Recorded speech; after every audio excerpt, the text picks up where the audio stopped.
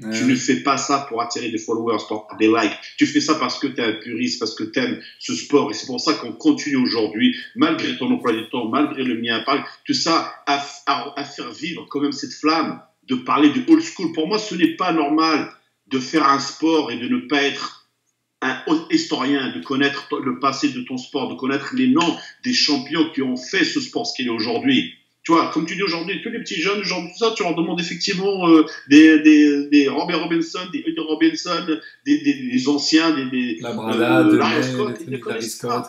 Ce n'est pas normal. Non. Oui, si on se dit passionné, si on se dit passionné, excusez-moi, si on se dit coach, si on se dit presque conseiller, tu es obligé de... Tu te rappelles la phrase, pour savoir où l'on va, il faut savoir d'où l'on vient. Tu es obligé d'avoir cet historique. Puisque c'est pas les derniers crossfitters, dont j'ai rien contre eux, qui vont donner la base même du sport. Parce que, tu sais, quand des fois, certains, je leur dis, tu connais un peu le temps sous tension, tout sous tension totale, surcharge progressive, entraînement explosif, déload, superset, tricep, série géant. Enfin, il y a tellement de trucs, de combinaisons qui sont à l'infini. Non, ils connaissent la vidéo, ils vont te citer le gars et la vidéo, un tel, un tel. Je pense que toi, tu restes encore gentil. Mais moi, je te dis, c'est quoi? Moi, mon milieu, le vrai, le old school, mais je le sépare des youtubeurs parce que ça n'a rien à voir. Ils n'ont rien à voir de mon milieu. Je suis désolé. Ils font ce qu'ils ont à faire. Ils ont trouvé un truc pour faire parler d'eux, pour faire de l'argent. Faire du business, oui. Et puis tant mieux pour eux. Voilà. J'ai aucun problème, mais qu'ils ne disent pas, ces gens-là, c'est des culturistes. Je suis désolé, ce ne sont pas des culturistes. C'est comme je dis souvent ici, quand les gens viennent me voir à la salle, ils sont émerveillés. Waouh, j'ai jamais vu une salle comme ça. Je dis, moi, ma salle, ça s'appelle des gyms. Les autres, je ne sais pas ce que ça s'appelle. Les autres, je ne sais pas, c'est des spas, c'est des salons de thé.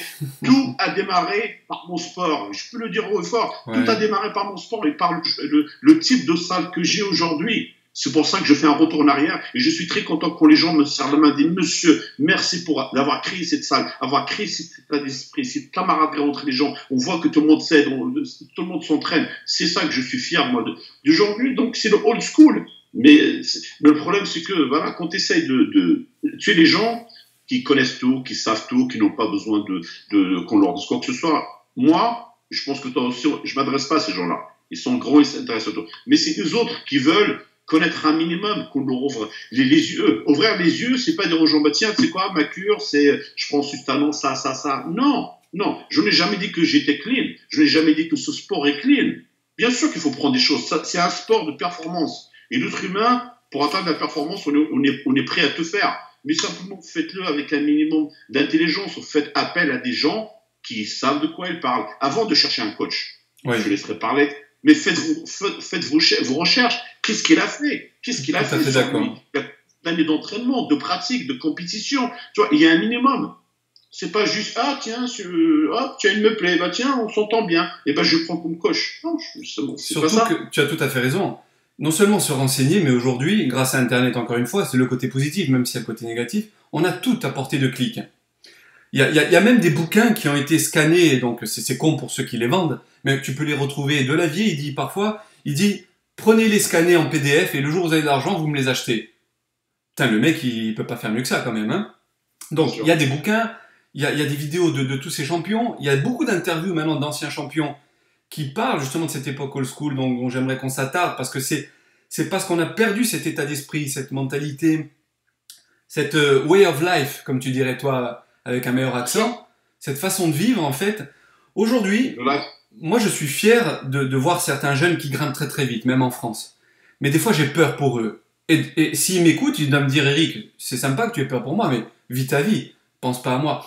Mais moi, à travers eux, je pense à toute une nouvelle génération. Prenez pas des risques exagérés. Mousse, tu l'as dit, John Defendis le dit, Greg Valentino, je remets la photo, c'est un gars qui a été arrêté pour usage de stéroïdes, bon, ça a défrayé la chronique à l'époque, hein. Lui, c'est l'excès... Le freak, c'était oui, lui. Oui, c'était vraiment le freak. Et lui-même, il dit, il y a une ligne qu'il faut pas dépasser. Donc, si vous voulez faire les choses intelligemment, essayez de prendre... d'avoir un suivi médical, allez, à minima, un suivi médical régulier. Donc, faites attention dans l'excès qui pourrait vous gagner rapidement pour atteindre des sommets. Mais je vais citer, encore une fois, c'était John Defendis qui disait, si je restais pro bodybuilder, j'allais faire quelque chose d'illégal. But then in 1990, when it became illegal and it became a felony, it at that point became illegal to be a pro bodybuilder. Think about it. You know, all you guys today that want to be an IFBB pro, you know, it's like saying, okay, for the rest of my life, I'm going to do something that's illegal. Okay? That's like saying you're going to steal every day for the rest of your life. Okay? Or you're going to commit crimes every day for the rest of your life. If you're taking steroids that are not prescribed because of you're using it for bodybuilding purposes, it's a felony. It's a felony, guys.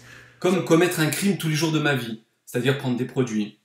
Il disait, it's a felony. Si vous aspirez à être pro, il va falloir consommer des quantités incroyables de produits dopants. Il a dit, mais pour surtout avoir une carte pro, dont on avait parlé dans un ancien podcast, qui ne veut plus rien dire aujourd'hui. À l'époque, ils étaient une dizaine, une vingtaine, après une centaine dans les années 80. Aujourd'hui, ils sont des milliers, et c'est une usine Afrique. Et j'arrête là mon monologue, et je te laisse parler. Et effectivement, oui, par rapport à ça, ça ne veut plus rien dire, ça n'a plus de valeur. Ça n'a plus de valeur, une carte pro, parce que c'est business, parce que c'est $200, parce que c'est ça. Regarde, je vais te dire quelque chose, je suis très fier de ça. Tu connais très bien mon athlète Michel. Oui, encore toujours super bien taillé. 46 ans. Donc super physique pour la quarantaine. Hein. Avec moi, qu'il est passé professionnel. Ouais. Voilà. Donc, cette année, l'objectif, c'était de faire un maximum de compétition, soit de gagner, soit d'avoir les points pour se présenter à Olympia. Donc, on a pris une année, on a travaillé sur ça. D'ailleurs, la première année, comme je t'avais déjà dit, elle était prête à tout faire. Elle a commencé à dépenser comme pas possible, jusqu'où j'ai appris qu'elle commençait à avoir du mal à payer son loyer. Donc, je l'ai appelé, je te suis, je dis, écoute, on va se calmer, on va redescendre sur terre. Le plus important, ce n'est pas de faire des compétitions, c'est de manger et de payer tes factures et de payer ton loyer. Donc, à partir de là, on va arrêter. Tu vas arrêter de m'envoyer ton argent. Je ne prends plus ton argent. Je ne pense pas, je suis fier de ça, parce que je ne pense pas que beaucoup de coachs auraient pu faire ça. Tout ce qu'ils voient, c'est l'argent. C'est l'argent. Voilà, tu me donnes l'argent, tu fais ce que tu veux. Je dis non. Ce que tu vas faire, tu vas te concentrer sur ton job. Comme les personnes entraîneurs, tu vas bosser, tu vas mettre de l'argent de côté, et dans une année, tu auras l'argent, on reviendra pour ça. Donc, c'est ce qu'on a fait cette année. Elle m'a écouté. On a commencé. Donc, le premier concours, il y avait 2 catégories, Master et Open. Au Master, elle a terminé 3e. Au Open, alors, on a terminé 8e, ce qui était extraordinaire, parce que 8e sur 15 ou 16 filles de 25 ans, 30 ans, pour la première fois, c'est extraordinaire. Donc, super. Après, on a commencé à réfléchir. Voilà, mais tu sais, plus d'une fois, elle m'a dit, Mousse, je suis prête à y aller au-delà. Moi, non, mais aller au-delà, où? Qu'est-ce que ça veut dire? On va commencer à prendre de la testostérone? On va faire quoi? Non, je pense que tu es contente de shape, tu es contente de ta féminité, de tout ce que... Là, tu gardes encore malgré toutes ces années. Donc, on va se calmer. Et pour faire court, j'ai réussi à la convaincre. Je dis quoi, tu sais quoi, là, le mode de vue que tu as, ça ne va pas du tout. Je vais être honnête avec toi. Je ne suis pas un briseur de rêve. Mais tu ne seras jamais Miss Olympia. Et tu ne seras jamais dans le top 5. Parce que je peux donner ton classement tout de suite. On va te faire ces concours-là. Tu vas te dépenser un argent fou. Et à la fin, tu seras 16e. Donc, et moi, je ne suis pas prêt. Même si toi tu veux, je ne suis pas prêt à prendre le risque avec toi et d'avoir du remords après parce que je t'ai poussé. Ce n'est pas mon job et je le ferai jamais. À partir de ce moment-là, ça vaut de l'or, ce genre de conseil. Ça vaut de l'or. Ça rapporte moins, comme tu le dis, par rapport à ceux qui ne pensent qu'à l'argent, les coachs, mais ça vaut de l'or. Parce que tu la remets sur les bons rails. Un peu d'objectivité, un peu de lucidité. À 46 ans, qu'est-ce que tu veux faire avec des jeunes qui sont tout frais, tout ça? Donc à partir de là, on a arrêté les compétitions, elle vit sa vie, elle est épanouie, elle n'arrête pas de voyager, elle part en soirée et tout ça, et voilà. Donc je peux dire que j'ai sauvé quelqu'un de mais tu sais, encore une fois, Mousse, je pense qu'on s'entend sur beaucoup de points. Et pourquoi les gens ils aiment nos podcasts? Je pense que c'est parce que déjà il y a notre franc-parler, il y a notre passion, mais aussi parce que moi, tu sais, je donne des conseils à côté, mais conseils santé bien-être. Bon, maintenant un peu moins depuis que j'ai les 2 bébés, parce que j'ai vraiment pas beaucoup de temps. Je continue à faire mes posts, maintenant j'en fais régulièrement sur les réseaux sociaux, c'est du gratuit, c'est souvent tu as vu des petits posts assez courts, des petits conseils de base, hein, mais qui remettent un petit peu les choses dans l'ordre, hein. Donc je vois que les gens commencent à apprécier, ça grimpe, comme tu l'as dit tout à l'heure, moi j'ai pas beaucoup de followers, mais ça me suffit. Moi à partir du moment où certaines personnes m'écrivent après et me disent Eric, grâce à toi, tiens je me suis réentraîné comme ça, j'ai plus de tendinite, tiens je mange mieux, j'ai moins d'inflammation, ben j'ai gagné, tu vois j'ai gagné, après certains ça devient des clients, d'autres non. Exactement. Mais les gens même oublient la base de ce sport. Le bodybuilding, le culturisme, c'est être en bonne santé. Oui. Alors, inspirer santé. alors, Donner envie aux gens de faire du sport. c'est la question que je voulais te poser, Mousse. La question que je voulais te poser, parce que moi aussi je dis que le bodybuilding de très haut niveau, surtout l'élite, c'est pas un sport santé, c'est impossible quand on sait par quoi il faut passer. Donc ça, que ce soit clair, c'est pas parce qu'on les voit super beaux, super gonflés, la peau tannée, nickel, etc. Ça n'a rien à voir avec d'être jaloux, d'être haineux, quoi que ce soit. On dit juste la vérité. Oui, voilà. Parce que quand tu arrives à ce niveau-là, comme tu dis, il n'y a plus de santé. C'est la roulette russe encore. C'est jouer avec sa santé. Voilà, on est d'accord. Tu sais, même à mon niveau, tu crois que je ne suis pas conscient qu'un jour, tout ce que j'ai fait subir à mon corps, je ne vais pas le payer, je le paierai. N'importe qui le paiera. Moi, je peux te dire, il y a des gens qui disent, oui, mais non, ceci, cela, personne ne te garantit. Même si j'ai toujours été intelligent, j'ai toujours des suivis médicaux, j'ai toujours été clair, j'ai toujours arrêté, je me suis toujours nettoyé, tout ça, mais ce n'est pas anodin. Un jour, je paierai. Peut-être que j'ai perdu, je sais pas, 3, 4, 5 ans de ma vie, que ça va m'être raconté. Je ne sais pas, mais je sais que c'est là. Je sais que ça va être là. C'est aujourd'hui que je vois mes filles. J'adore, c'est important de le dire. Tu sais, tout comme moi, en sens inverse. Il y a un jour un ami culturiste qui m'a dit « Eric, tu as pris autant de risques que moi, mais différemment. » Alors, je m'explique en 2 secondes. Il m'a dit « Toi, à vouloir t'entraîner à un moment très très dur, tout le temps à fond, tous les jours, etc., à une époque où j'étais un peu plus costaud, plus jeune et un peu plus sec, donc avec un taux hormonal un peu plus haut, un peu plus de motivation et un peu plus de temps libre, je finissais mes séances en tremblant un petit peu partout. C'est-à-dire que je grillais, maintenant que j'en sais davantage, tous mes circuits neuronaux, mes patrons neuronaux. Donc, en fait, je forçais trop et je mettais mon corps dans un état, que ce soit d'acidification, que ce soit de fatigue nerveuse, de stress général, de hausse de cortisol, d'adrénaline. Bon, bref, je mangeais énormément, mais comme je fixais moins, je saturais au niveau des récepteurs, je saturais au niveau même de mes cellules, je saturais au niveau digestif, etc., etc. Donc c'est compliqué aussi. Mais je sature aussi du mode de vie. Les gens, des fois, ils ont des modes de vie hyper stressants. On leur dit, levez le pied. Des chefs d'entreprise à 45 ans, ils ont un infarctus. Donc, ils assument leur mode de vie de chef d'entreprise, tout comme les culturistes, vous assumez ce que vous faites. Donc, encore une fois, on ne juge pas, hein. Mais on veut juste dire qu'il faut être lucide, voilà, que rien n'est anodin, et qu'il faut essayer de baliser un peu le chemin et d'essayer d'éviter, de dépasser la ligne, comme on a dit tout à l'heure. Ça n'a rien de trop pousser.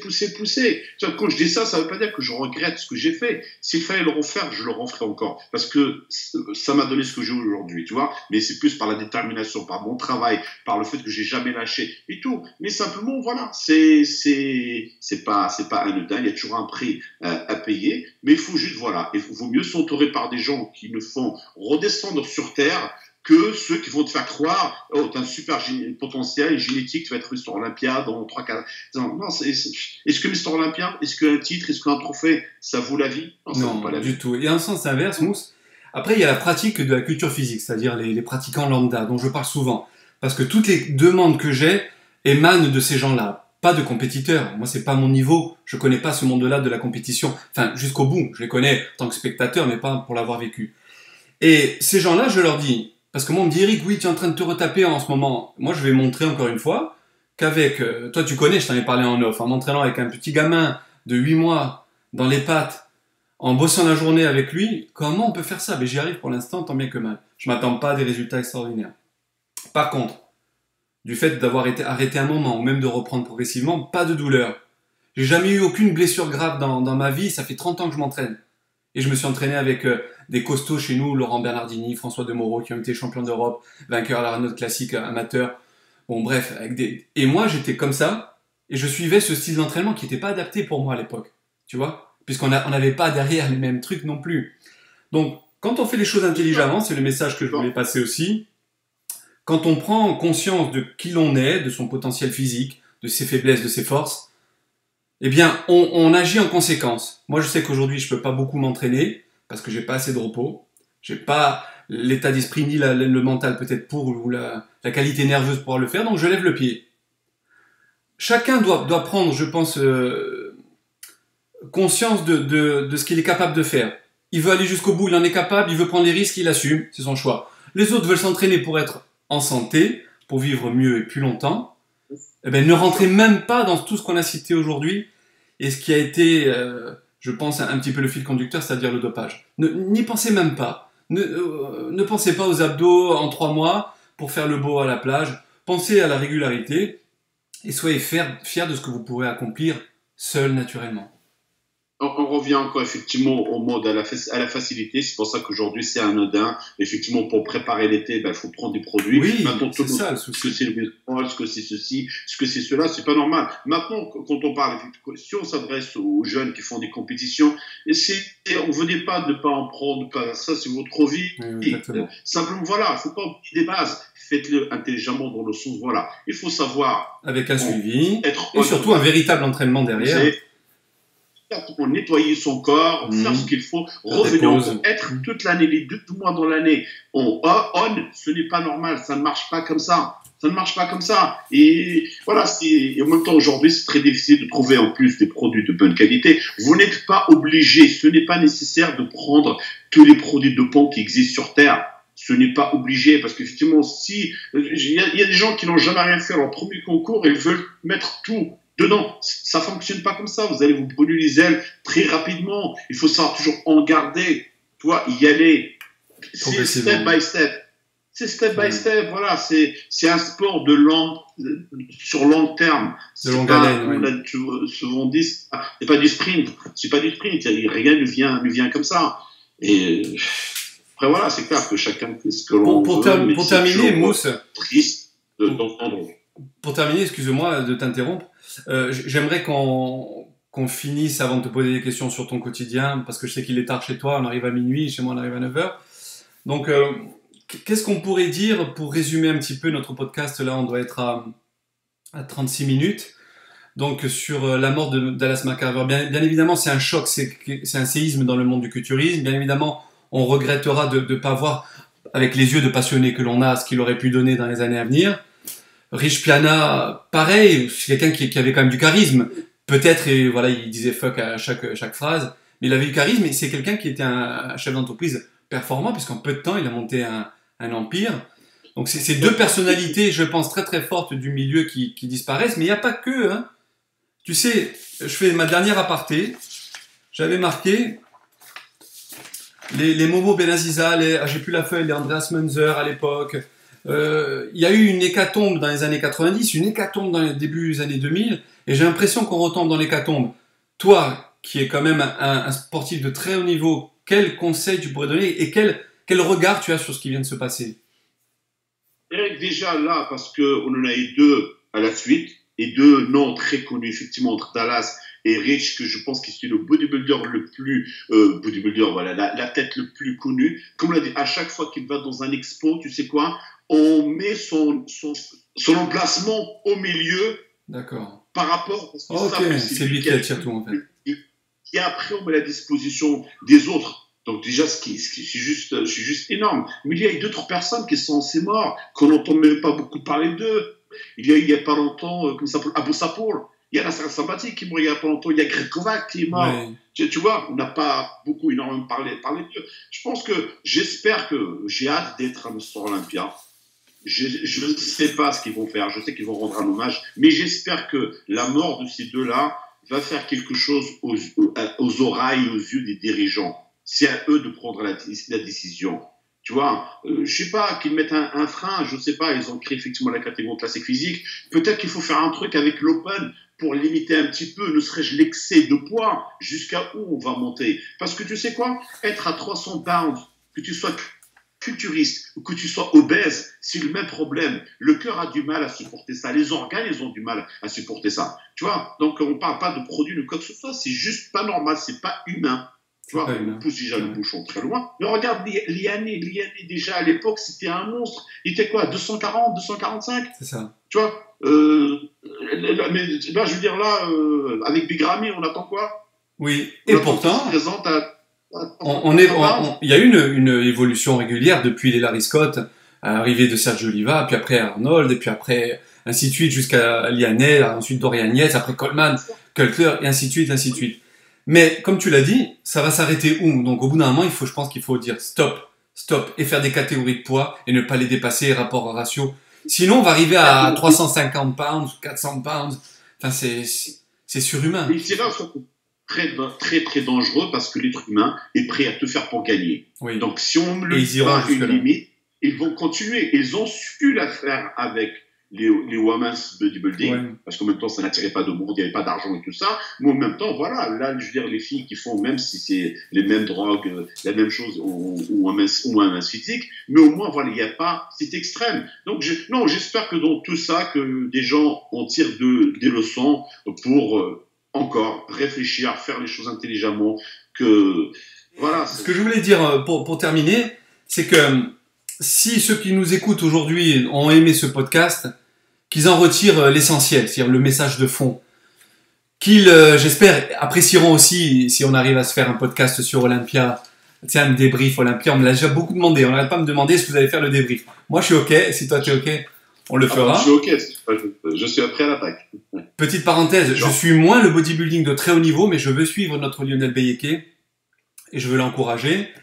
Petite parenthèse aussi sur le old school, donc, et les nouvelles catégories. Je veux féliciter au passage Julien Qualirini, qui fait partie de mon magazine, Stanimol, qui présente des physiques mais magnifiques. Stanimol, tu le regardes, en ce moment, il s'entraîne avec Sean Roden, tu as dû voir. Bah, tu sais quoi, je te coupe. Oui. Normalement, au mois de décembre, je pars en Californie pour Excalibur. J'emmène une athlète à moi et j'ai l'intention de passer peut-être une semaine pour m'entraîner, revenir. Oh, putain, fais des vidéos avec eux, tout ça, ouais. Et si j'espère rencontrer, je vais contacter Jamo, s'il veut qu'on Oui. fasse une vidéo avec lui. Oh, et avec super, Stan, génial. le French Team. Donc, Ça serait fantastique, fantastique. Ah. Et Stan, voilà, une progression, mais dans un physique qui reste hyper agréable, esthétique. Magnifique. Voilà. Magnifique. Et franchement, je le félicite, Stan, si tu m'écoutes. Julien aussi, un V incroyable, une prestance, Ah oui. un langage, il s'exprime bien dans la vidéo, il conseille bien, il pousse pas les gens aux excès. Voilà pour moi le bodybuilding. C'est ça le old school, c'est un état d'esprit, c'est une façon de motiver l'autre, une façon de le tirer vers le haut. Et donc voilà la conclusion. Une dernière conclusion rapide. Le Willpower Gym, on voit ton logo. Au-delà du fait, moi, d'y espérer d'y être un jour. La nouvelle Mecque de Portland, enfin de tout l'Oregon. Ma petite mec à moi. Écoute, Ton troisième bébé, en fait, après Margot et Camilla. Hein, tu sais, être patron de salle, ce n'est pas facile du tout. Comme tu es tout à l'heure aujourd'hui, j'ai pas comme un taux de stress assez élevé. C'est mon nouveau combat. J'essaie de combattre pour vraiment rester calme. Comme je suis quelqu'un de très méticuleux, donc j'essaie de tout contrôler. J'essaie de faire vraiment les choses comme je l'ai envie. La salle marche franchement bien. Je viens de dépasser les 200 members et comme je t'ai dit, mon objectif c'est 300. Et c'est toujours c'est les gens, je veux dire, c'est quand je les vois heureux, quand je vois les gens, je me serrer la main, faire 5 heures, 6 heures de route pour venir s'entraîner. Les gens qui viennent de Californie, qui viennent de Texas, parce qu'ils ont entendu parler de cette salle, parce qu'ils sont de passage à l'Oregon. de la salle du personnage. Et du Qui vient personnage. s'entraîner. Oh mon Dieu, alors je peux dire, j'ai atteint les étoiles quand j'entends ça. Je suis content. Je dis voilà, c'est-à-dire que mon rêve, mon objectif, tu sais, c'est ça, donner au sport. Ce sport m'a donné ce que j'ai aujourd'hui, cette vie, et ben je donne aux gens qui veulent. Et je suis sûr que tous tes clients, vu que tu n'es pas avare de parole et qu'on va couper quand même, parce qu'il faut qu'on aille, toi, dormir et moi continuer mon travail, ils doivent justement se nourrir de toute cette passion et de cette compétence, expérience que tu as. Et franchement, je les envie. Parce que moi, j'aimerais bien être sur place pour pouvoir échanger. Mais on se rattrapera le moment venu. Mousse, j'ai été ravi encore une fois, mais vraiment très très ravi de refaire ce podcast. Ça va être mon retour un petit peu si on arrive à s'organiser, parce que comme tu l'as dit, les emplois du temps de dingue, on arrivera à essayer d'en caler d'autres. Je te remercie encore beaucoup pour ton temps, d'avoir pris ce temps-là, surtout tard chez toi. Tu embrasses toute ta famille. Et je te dis surtout à très très bientôt et j'embrasse tous les fans qui nous suivent. À bientôt, mon ami. Merci beaucoup aux internautes, aux fans. Merci à toi, Eric. Et je te dis à très bientôt. À très bientôt. Ciao, ciao.